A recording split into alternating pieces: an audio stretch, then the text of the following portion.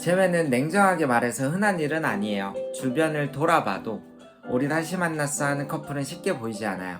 더 절망적인 거는 헤어진 사람이 나를 싫어하는 감정으로 끝났을 때 아마 이런 질문이 계속 남아있을 겁니다.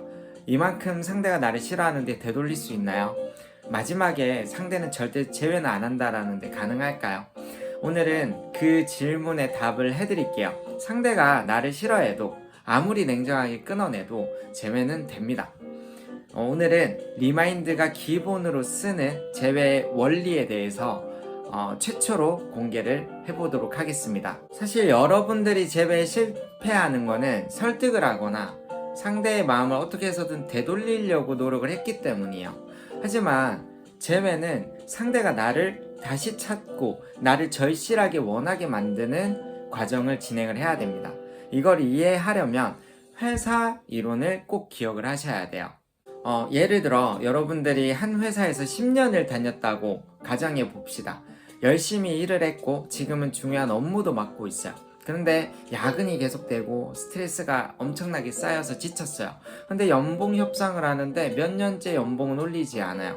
근데 대표가 이런 말을 합니다. 조금만 더 기다려줘. 회사가 곧 커질 것 같아. 하지만 계속 기다렸는데 어떻게 돼요? 여러분들의 마음은 계속 꺾일 거예요.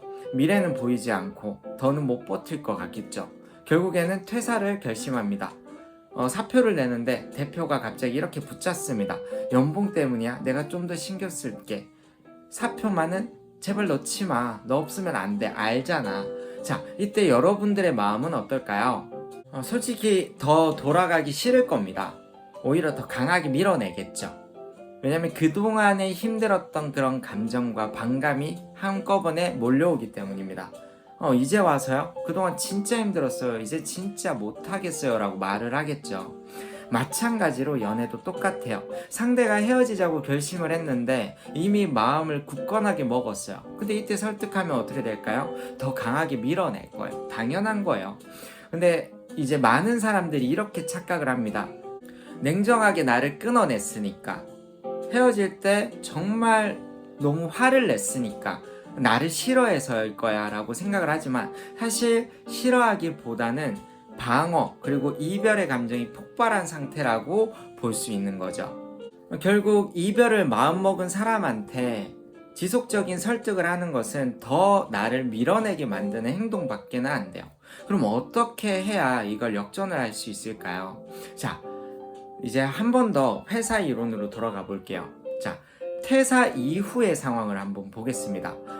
여러분들이 퇴사를 하고 나면 처음에는 후련할 겁니다. 취미도 하고 쉬고 자유를 느끼죠. 그런데 시간이 가면서 어떻게 돼요? 재취업에 대한 압박이 오고 현실이 보이기 시작합니다. 그래서 새 회사에 이직을 해볼 거예요. 근데 연봉도 환경도 생각보다 그렇게 좋지는 않을 거예요. 근데 어느 순간 전 회사가 생각이 날 겁니다. 왜? 너무 많이 힘들었고 모든 걸 다 쏟아부었는데 내가 그걸 다 끊어내고 왔잖아요.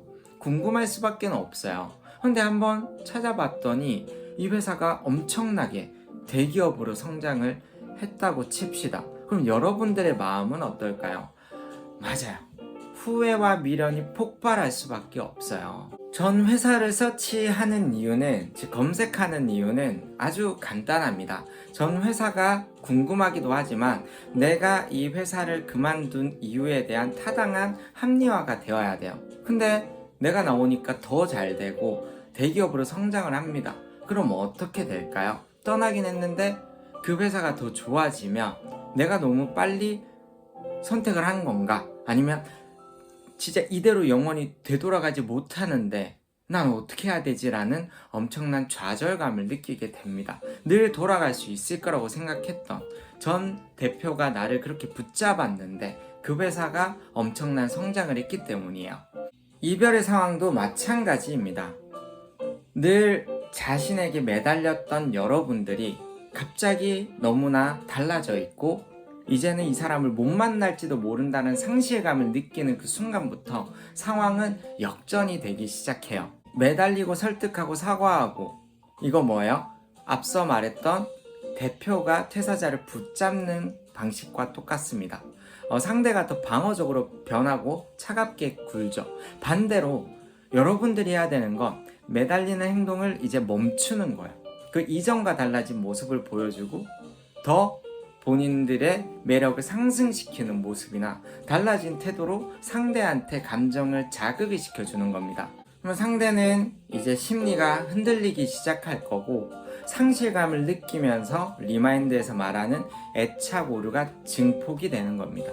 상대가 여러분들에 대한 감정이 훨씬 더 증폭이 될수록 결국 재회 확률은 높아질 수밖에 없습니다. 정리를 한번 해볼게요. 오늘 배운 내용을. 자, 첫 번째는 상대가 여러분들을 싫어하는 것처럼 보이지만 절대 싫어하는 게 아니다. 두 번째는 매달리고 설득하는 게 아니라 회사 이론에서 상대가 후회하고 여러분들을 찾게 만들어야 됩니다. 그러기 위해서는 당장 매달림을 스탑하고 설득하고 장문의 문장 이런 것들을 다 스탑하고 상대가 여러분들한테 집중하고 끌려오도록 만드는 게 가장 중요합니다. 오늘 배운 내용은 굉장히 중요한 이론이기 때문에 꼭 기억해 주시길 바라고 다음 영상에서는 조금 더 직접적으로 재회 확률을 높일 수 있는 그런 방법들을 차근차근 올려보도록 할게요. 자, 오늘도 수고 많으셨어요.